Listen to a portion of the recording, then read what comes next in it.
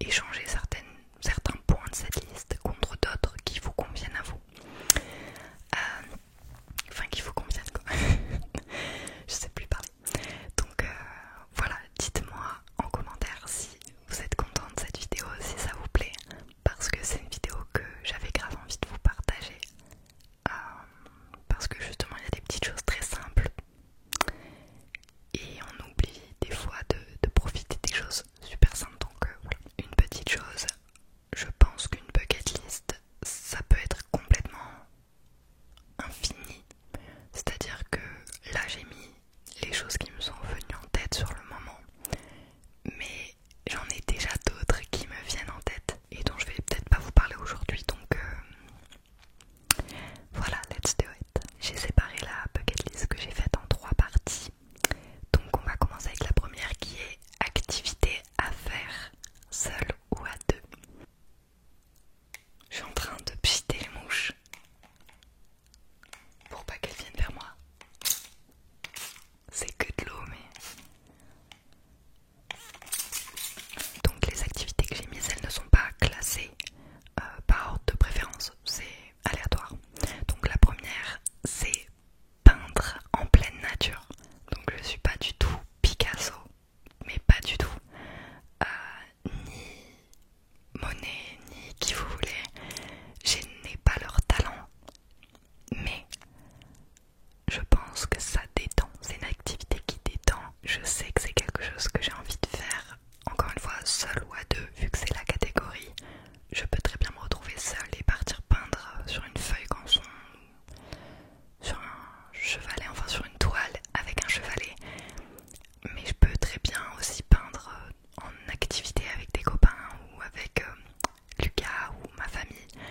Donc voilà, j'ai très envie de faire ça cet été, peindre en pleine nature et notamment à l'ombre pour pas suffoquer à la chaleur. Ensuite, j'ai trop envie cette année de refaire du paddle sur un lac parce que j'ai pas envie d'en faire à la mer, c'est trop agité pour moi. Mais j'ai déjà fait, je crois, 3 fois du paddle, ou 2 fois, mais je crois 3. Et en vrai, j'aime bien. Bon, je vous avoue que moi, mon kiff, c'est de rester sur la planche, allongée pour bronzer. Parce que même quand je dois mettre la main dans l'eau, ça me panique. Voilà, j'aime pas trop les profondeurs, on va dire, même dans les lacs. Bon, des fois, il m'arrive de mettre les jambes dans l'eau et les mains aussi, mais c'est à condition que ce soit transparent et que je puisse voir le fond, parce que sinon, surtout dans les lacs et tout, ça me met pas très bien. Mais j'adore faire du paddle, je trouve ça vraiment très relaxant de pagayer doucement, etc. et d'aller se mettre dans un coin du lac ou au milieu. Franchement, j'aime bien. En vrai, pour quelqu'un de paniqué comme moi dans l'eau, j'aime bien, vraiment. Ensuite, une autre activité, et là ça vient de me faire penser qu'il faut absolument que j'en trouve un pour la semaine prochaine. C'est un puzzle. Ça fait des années que j'ai pas fait de puzzle et j'ai trop envie d'en faire un. Et notamment, je dis par rapport à la semaine prochaine parce que je descends une semaine chez ma maman dans le sud de la France avec ma soeur et j'ai trop envie de faire un puzzle avec elle. Voilà, donc je sais pas quand je posterai cette vidéo, mais je monte à Paris vendredi, donc demain, vendredi 24 juin. Et donc je vais essayer d'en trouver un à Paris, il faut que je le note parce que je vais oublier, mais là je peux pas noter. Enfin bref, voilà. Il faut m'y faire penser, acheter un puzzle pour la semaine prochaine parce que dès lundi je suis chez ma maman dans le sud. Donc voilà. Ensuite, toujours dans la catégorie seul ou à plusieurs, il y a faire une balade en vélo. C'est une balade comme plusieurs d'ailleurs, mais au moins une balade en vélo. L'année dernière, j'ai découvert ce que c'était que les Vélib. Ça s'appelle pas comme ça à Genève, ça s'appelle Donkey, je sais plus quoi. C'est un petit âne. Bah Donkey, ça veut dire âne en anglais. Mais donc en gros, j'ai découvert ce que c'était que de louer un vélo pour se balader dans la ville, puisque je n'ai pas de vélo à moi. Mais le but, ça serait d'avoir un vélo, chacun avec Lucas, d'en acheter un en brocante ou vraiment pas cher, un petit vélo de route, non pas de route, un vélo normal quoi, pas cher et pas lourd, et de pouvoir aller se balader. Mais sinon on louera des vélos, puisqu'on n'en a pas. Mais ouais, j'aime bien le vélo. Après, le must du must, ça serait d'en acheter un électrique.